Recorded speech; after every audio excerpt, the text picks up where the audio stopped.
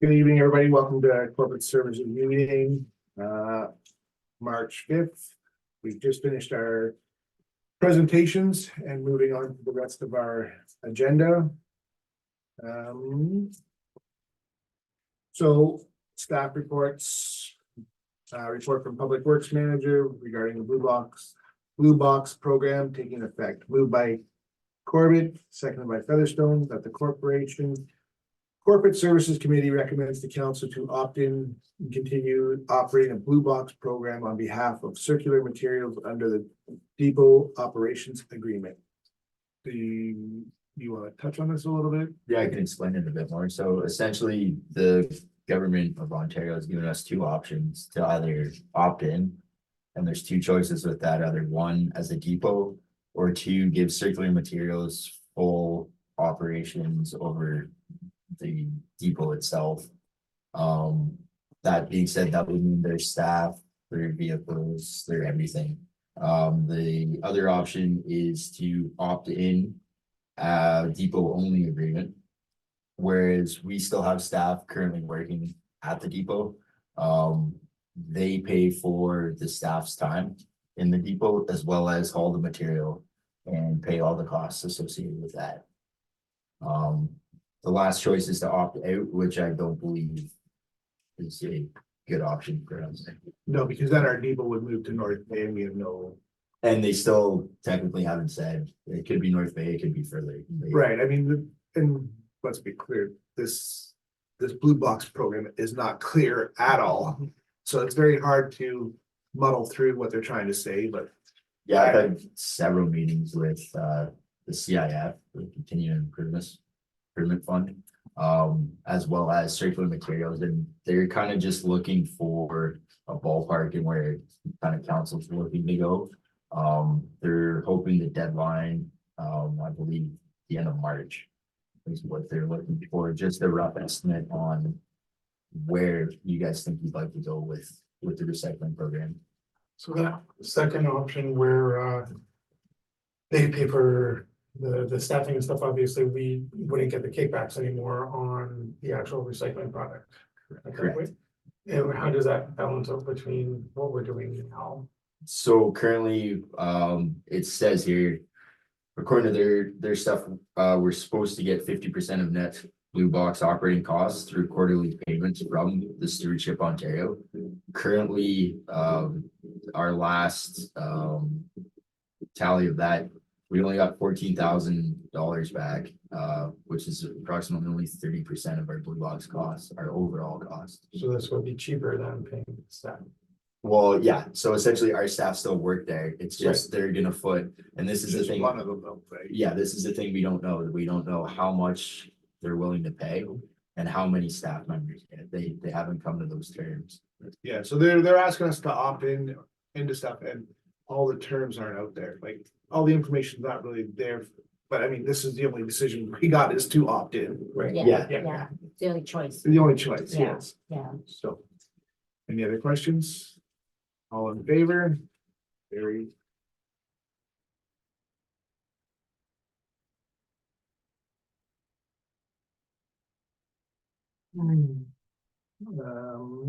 Report from Public Works Manager regarding equipment replacement. So just recently going over the budget with CAO, I've just found some, I want to say discrepancies within our payments that we put out towards equipment. So currently Public Works has two backhoes right now. We've got a 2004 and a 2015, both case 580s. The 2004 backhoe currently has 12,609 hours, and the 2015 has 8,711 hours. Now, the 2004 backhoe in 2022 has required $9,361 worth of repairs, and in 2023 it's required $5,827 worth of repairs. The 2015, which is actually the newer piece of equipment, in 2022 required $43,970 worth of repairs, and in 2023 required $36,903 worth of repairs. What are they doing with this equipment? So yeah, that's in 2 years, that's a total of $96,000 and $96,000 in repairs Mhm. for two pieces of equipment. So, Which, to be clear, is more than 3% of a tax increase. Yes, yeah, no, it's huge. I More know. than- and It's, back- it's more than, it's almost half of a brand new piece of equipment. yeah. So, We buy lemons or, I don't think so. I know that in the 2015, from the records I could find, they did replace the motor in the backhoe. It said it was blown up, so.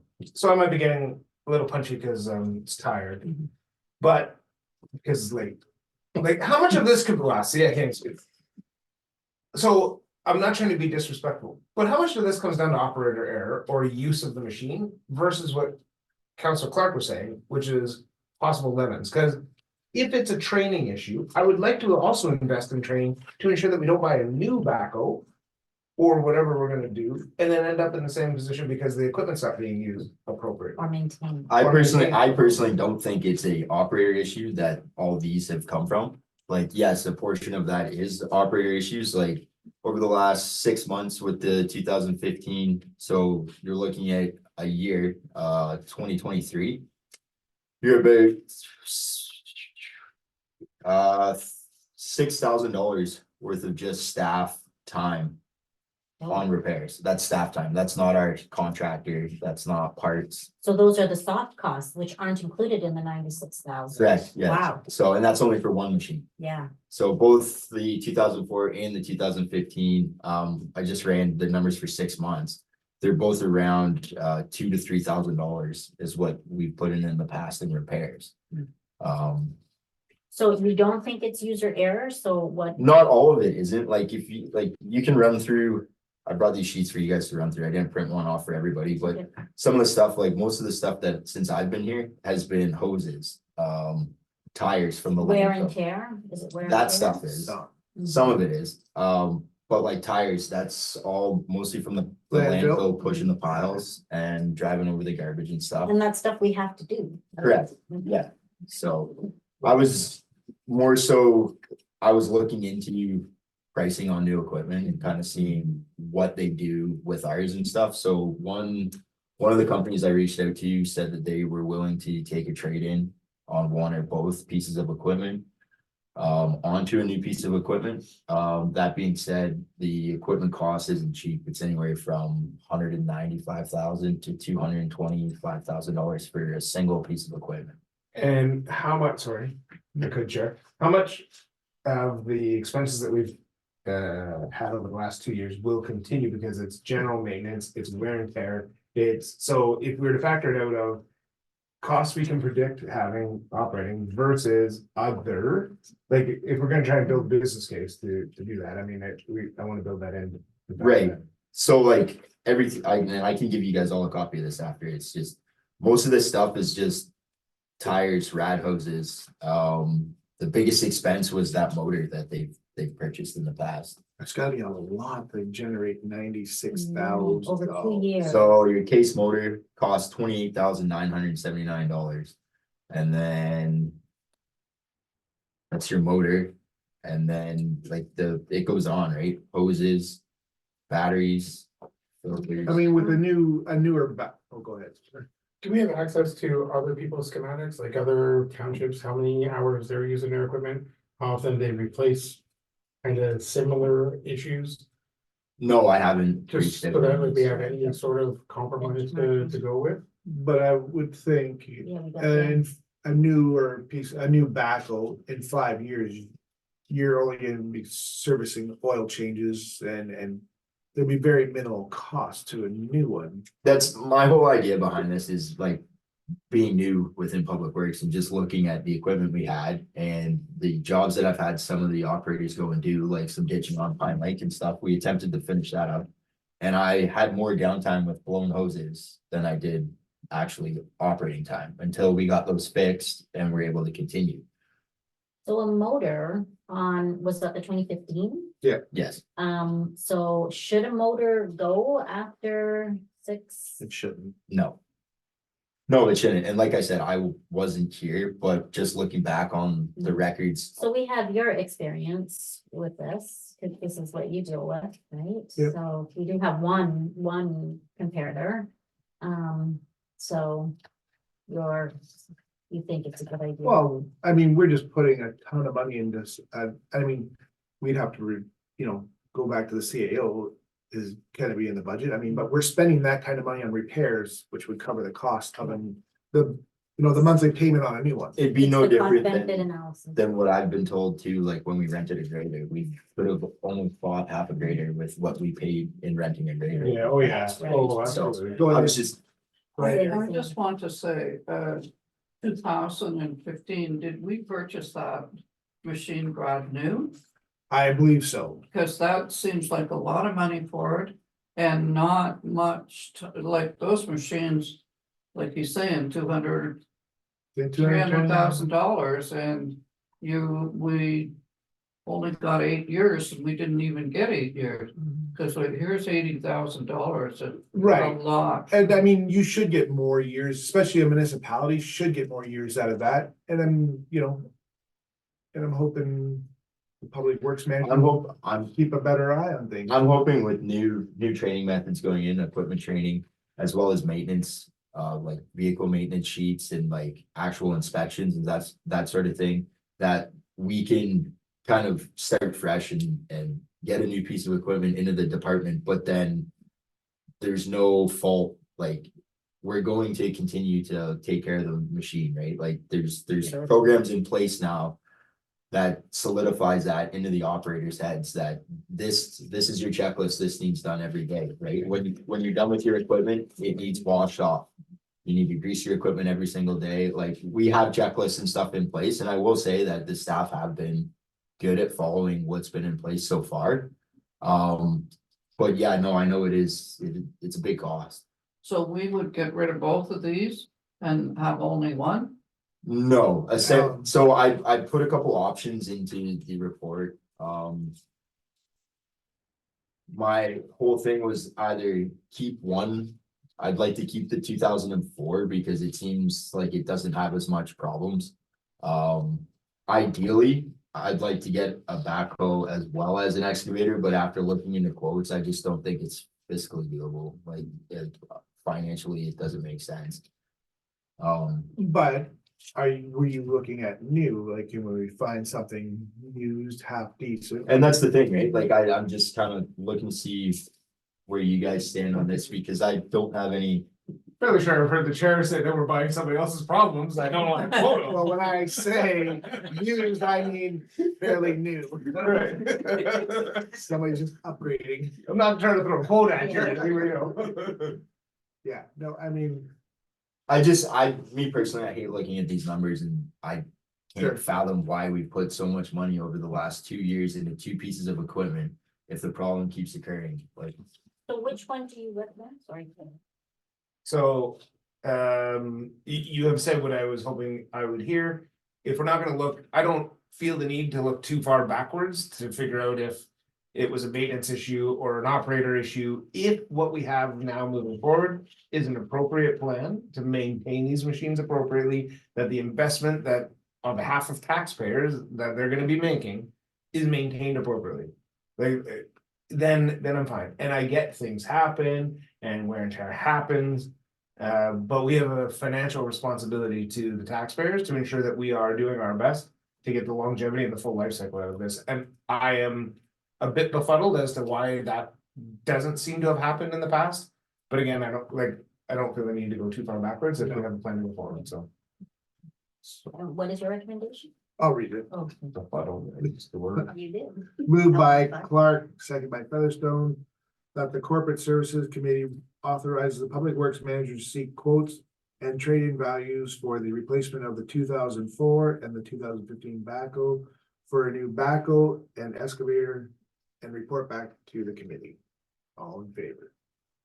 Are we We're just looking at an quotes. excavator? No, Well, we're just looking at quotes, numbers.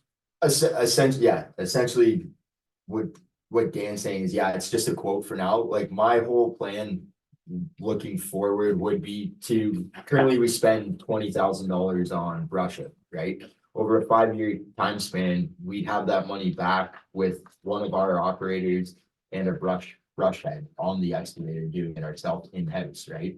And And our ditching program as well. I know there's a lot of ditching that needs tended to throughout the township. I personally don't think that a backhoe is enough piece of equipment to complete all this ditching. We need something bigger. We need something that's a little bit stronger.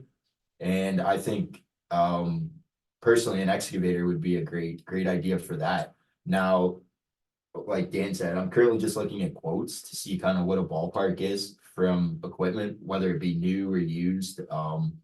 But I think down the road, I think we can actually bring more money and more projects in-house for staff to complete rather than giving them to contractors. And this is kind of why, this is what we were looking for in a public works manager, is someone to start doing this stuff in-house, because what did we spend on an excavator rental last summer? Close to 15,000. So, I mean, between 20,000 in brushing, 15,000 in ditching, there's, But, the rental of that, excavator, wasn't to our advantage because what I got at this table, what there wasn't the experience to be able to make that excavator right, do what it should be doing. Right, yeah, so what I might have spoken into it before and missed it. I'm currently putting together an equipment operating program for the staff members all our operators. So training on the backhoe, an excavator, as well as the grader. So I'm gonna go out and spend time with each operator, go over the equipment, the correct operating procedures, how I'd like to see things carried out throughout the township, the proper way to do a ditch, the proper way to install a culvert, that sort of thing. I personally believe it won't take much. The knowledge is there. It's just the experience side of things might not be there with certain individuals, but the only way to solve that seat time. yeah, and I mean, yeah, if we have our own, then it doesn't cost as much, like when we're renting it, we want production. We still want production, but I mean, at least we can train our guys and it'll only get better down the road. Because let's face the fact, we have a lot of ditching to do in this township. Like, Well, and brushing too, right? Like, Yeah. I know we're talking about redoing roads, right, with tar and chip and stuff, so essentially you'd like to brush the road first, then do the ditch. And then do the road surface, right? It kind of in that order so that you're not messing one thing up or the other, right? So there's a sequence to it. so all in favor for getting carried. So report from CAO treasurer. Sure, I can speak to this. So the medical clinic, we've been reassessed and we have an allocation for 2 doctors. We are working with the ministry to have both doctors signed. I'm reluctant to say, but we're hopeful for a May 1st or June 1st start. And we've also been working with regional health teams to bring in more services, and we'll continue to work with them for other services. But we do have the opportunity to also have a nurse practitioner part-time at the clinic. And all of this means that we do need some renovations at our medical clinic. So we need to take the reception room space, it's a rather large space, move that a little bit into the waiting room, and then we can make another exam room so that we have 2 full exam rooms, 2.5 full exam rooms, and then so both doctors and the nurses can be on site and seeing patients throughout the week. So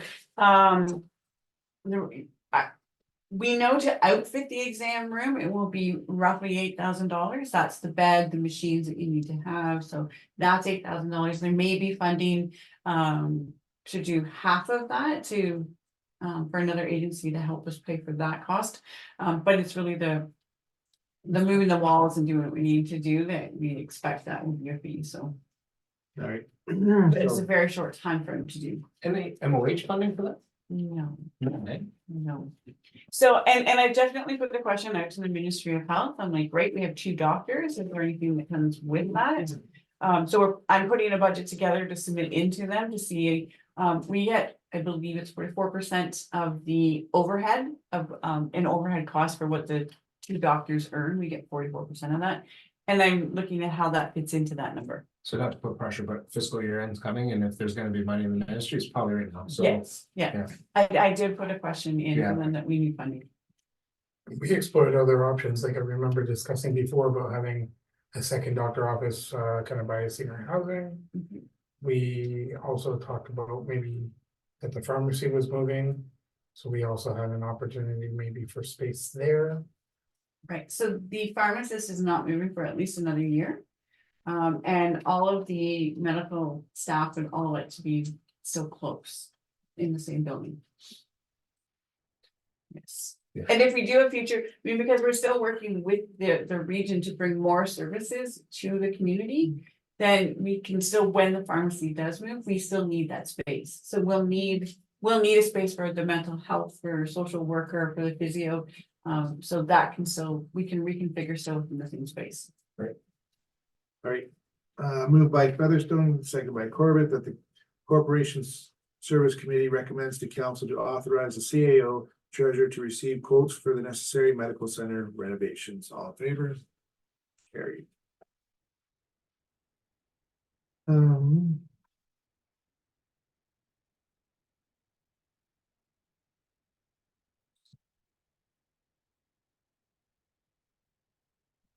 It was for discussion, council discussion.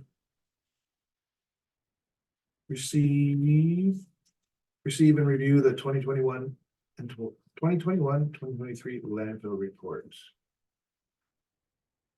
I think we all had it, seen it. Mhm. 189 pages. It's a big one. It is. I mean, it's just a lot of water, Watershed. yeah, water sampling. And that's- So, So the salient points from that report are, The what, sorry? the salient points from the report are. That we still have lifestyle there. yeah, they didn't do it, sir. They didn't. No, it wasn't in depth. So are we putting To that that in point. for them to do like a airspace survey every year? Right, so in 2023, they did all of the behind the scenes work that they need to, and then in 2024, they're gonna do the survey. So are we gonna run with an annual survey to know, so we can track and average how much garbage is coming into the landfill and how much airspace we're losing every year? Yeah, that was council's direction last year. It just wasn't in the budget last year, so we did half of it last year and then it'll go this year. Yep. Yeah, and then we'll plan for the full cycle this year as well. And the clear garbage and the circular economy and the more recycling that we're doing, less is going into our landfill, right? We're So, hoping, yeah. Yeah, and that's kind of the direction I think Okay. that we're attempting to go, and I do know a lot of residents after talking to staff members have been better with bringing in Yeah. clear bags. Perfect. Cause we're ultimately, we wanna track how much airspace we're using up out of that landfill every year, cause that diminishes our life of landfill. What tells us? If I may, there's also a component, that pension is the same provider who does all the monitoring for us. They haven't given us the quotes to continue to do the 3-year monitoring, so I think that's also in that Yeah. resolution. And they've come back with very fair and comparable rates from last year. So moved by Clark, second by Featherstone. The Corporate Service Committee recommends the council to receive a pension 2021-2023 landfill report and agree to enter into another 3-year agreement for landfill services. On there. Carried.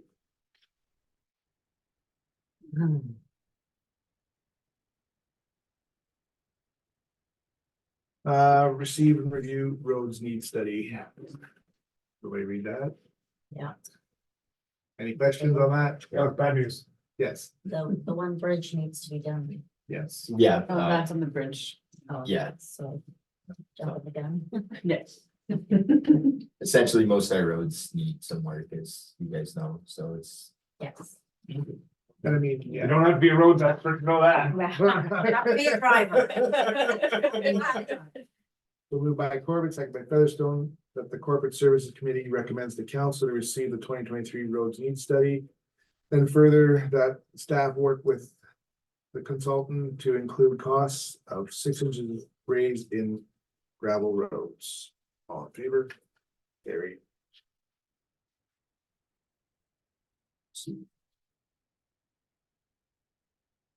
Capital consideration, moved by Featherstone, second by Corbett. That the Corporate Services Committee recommends to council to authorize a municipal engineer to begin municipal class environmental assessment and tender for replacement of Trunk Road Bridge. All in favor, did anybody got comments?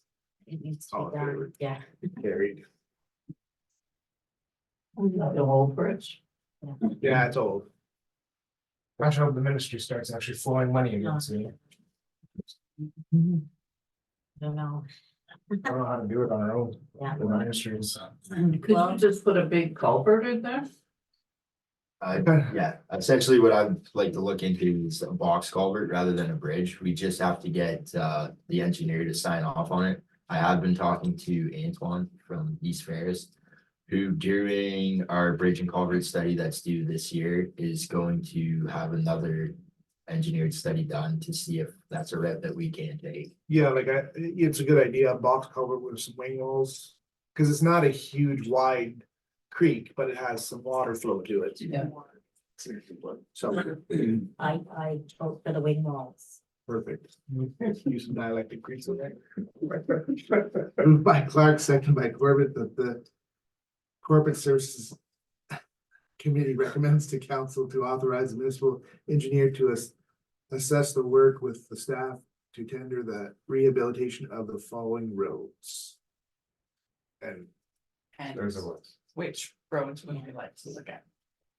well, I mean, We have to decide right now. no, you're, like, And I think- we need to carry on with development. Yes, I mean, Yeah, I it's just a think that- matter of how much we're doing, because how much can we afford? yeah. And budget will play a huge role in that. So do we do one road at a time, or can we do like some of development and Mark Road needs? No, Okay, I no, think Mark the Road intent- does not. The intent that we're trying to do is have an engineer come in and tell us what needs to be done and how much that will cost. So if he gives us a report to say that development road, these 2 kilometers is 400,000. The next 2 are how much they are, then we have a better idea of the cost that we actually need to incur to do that. and like, So if we just pick our top 3 and then this year we create the plan and we get the idea of what needs to be done. I mean, yes, we still need to do some capital work this year, but if we create the plan to say, we know that these are our top 3 roads, we have the roads we study, we know the traffic counts, it can be evidence-based, and then we can go through and pick those. yeah, and I mean, I kind of think the consensus was that we start on the other end of development, because that's where we're spending most of our money in cold patching and labor costs. It's terrible. It I is. went down the other night, I think of all of the roads in the municipality, That's. development road. I mean, no matter what, we're tying into one piece of road to the other piece. So if we start from the other end now and try to start dealing with the worst piece and cut our costs and our time always being there and patching, like the cost of cold patches, crazy. So we just chip away at it, right? We just. Yeah, we have no choice but to Yeah, chip away at it. Yeah, we can't afford to do it. And our study is gonna tell us the priority of Correct. it, right? And then we. It'll tell you your pavement condition index of the road and some of the underlying issues that. And it'll kind of lay out what roads are the higher priorities. Does it tell us how many wing walls? we- No, that's just. Sorry, Alex, this, over on Mount Pleasant and development. Is any part of development road closed or just, Mount Pleasant? No, so essentially it was a detour from Mount Pleasant through farmers onto development. I didn't even hear about it. Oh, okay, so yeah, no, there was a road issue in Calvin last night on Mount Pleasant. They had some washouts, so they decided to close the road, but they were just detouring traffic, sorry, through Farmers Line onto development and then back out La Plante, I believe.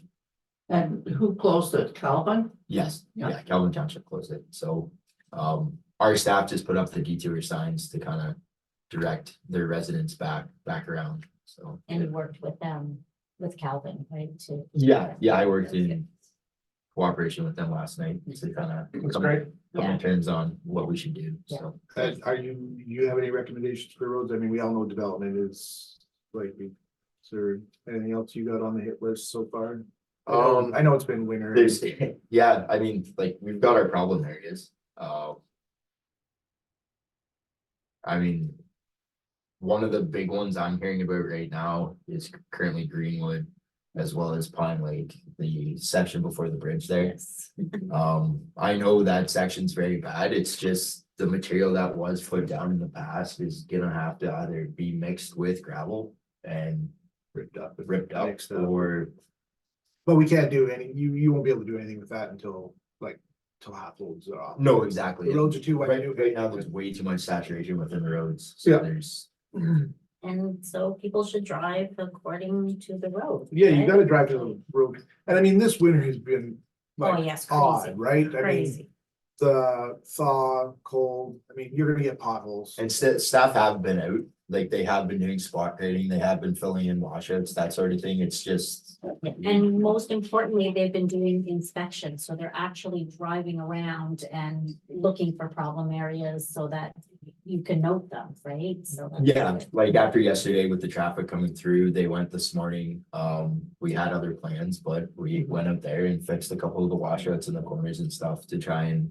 Beat the weather the rain that was supposed to come today, so. So, all in favor on. Carried. Moved by Clark, second by Featherstone, the meeting be adjourned at 9:59.